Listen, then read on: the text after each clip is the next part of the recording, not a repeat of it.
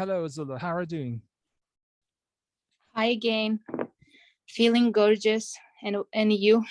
Better say you're feeling good. Okay, I'm okay too. So let's get down to the class. And yesterday, you did a lot.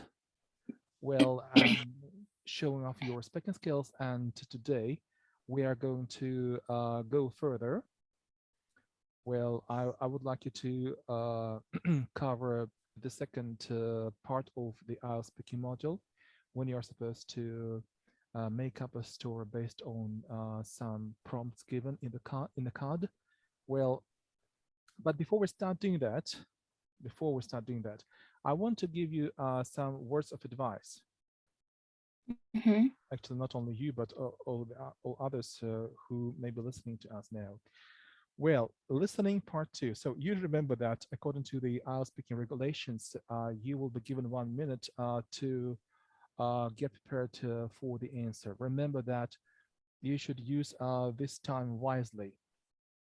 First of all, it's very likely that the card itself will be taken away by the examiner, and that's why you will lose the visual support and you won't be aware of what exactly and in which sequence you're supposed to answer the questions. Usually, it's practiced in some countries. Well, and in order to minimize the negative effect of such a thing, so I strongly recommend that within the minute you write down the first question words. I'm sorry, the first question words on a piece of paper you will be given, so that you know the questions you are supposed to answer. Remember, you are expected to cover all the questions, all the prompts given in the card. Unless you cover all of them, you will lose your marks. That's for sure. Then another thing, you don't need to write complete sentences. It's bullshit. You can write down some collocations, yes, some words, yes, but not complete sentences because it's a waste of time. Then another thing is that, um, well, if you don't want to write down anything, it's a very bad thing, really. That'll be a very strong signal to the examiner that you are not a good speaker, really. Mm-hmm. And another thing, you should incorporate some leading phrases and phrases which link your sentences together, making them sound academic. So these are the things you should always bear in mind. Okay, so you should make your talk as lively as possible, which means that you shouldn't sound flat.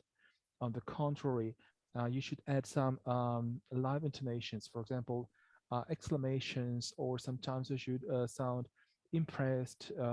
Well, just more energy and more life into your speech patterns, please. Well, Okay. also, you should always look, not always, uh, mainly, you should look at the examiner's eyes, of course, but not stare at him like this. Of course, no. Uh, well, now and then, while speaking to the examiner, covering the questions, I recommend that you look down at your piece of paper where you have already written down the first question words to make sure that you are going according to the plan given in the card, cue card or citation card. Remember that. Remember to do that, because otherwise you are likely not to cover all the questions. Is it clear? Mm-hmm. Okay. So I have dropped you some situations, and let us show them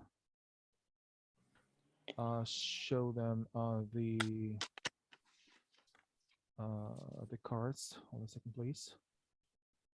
So let's start from topic card one.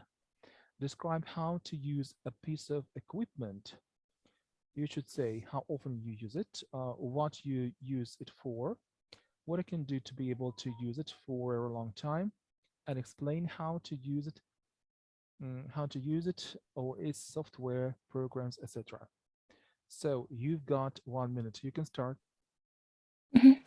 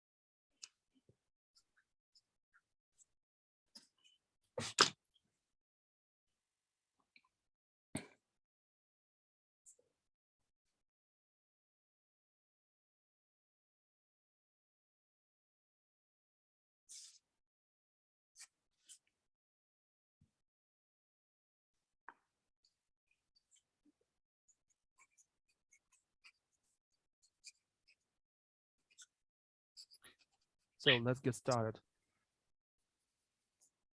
Mhm.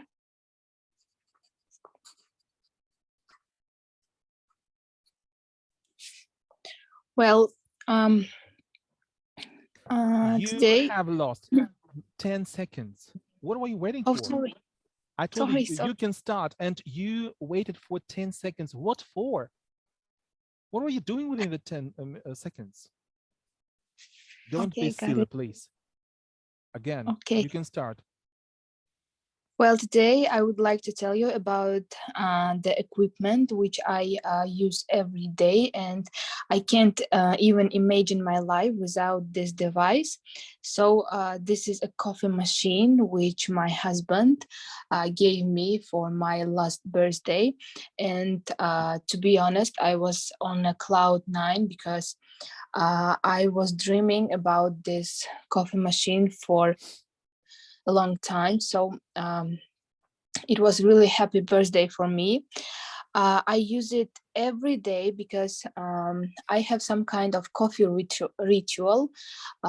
It means that every morning I have to drink my cup of fresh coffee to be in high spirits and feel myself more energized. And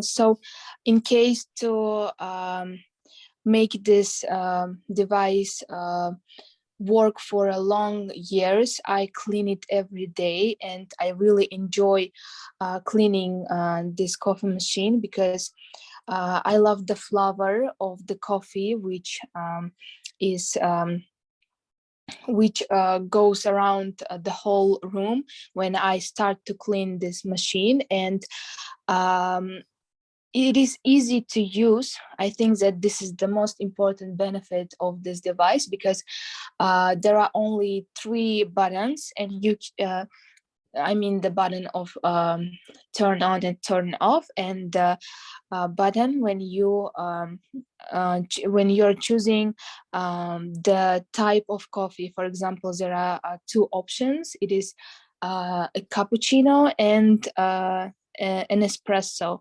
So it is really convenient to use. Thank you And very much. Your time is up. Thank you. okay. Okay. So let's go over the quality of your answer. First of all, let's check whether or not you covered all the questions, all the prompts given in the card. How often you use it? Yes, I've got the answer to this question. What do you use it for? Again, yes, also I got it. What you can do to be able to use it for a long time? Yes, you clean it. Okay. And explain how to use it.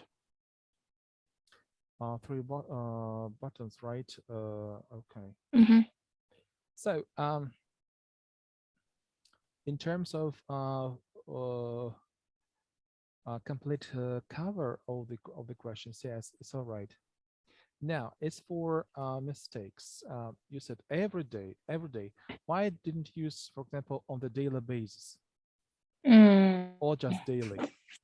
Mm-hmm. Then also you could have said, this coffee machine has become an integral part of my life. In other words, I can't imagine in any single morning without it. Then Mm-hmm. you misused the idiom. You said on a cloud nine. Never. On cloud nine, yes. On a cloud nine, Again. no. Yes, again. Then you Yes. said Okay. retail. Yeah. Yes, I don't know how to spell it, to be honest. No, no, no. Actually, you should have said right, because retail is an adjective, but the noun is right. Mm-hmm. R-I-T-E. Then for some reason you used the uh, must equivalent have to. I have to drink. Excuse me. Uh, when you say have to drink, that means you don't want to drink it, and somebody Uh, makes you do that.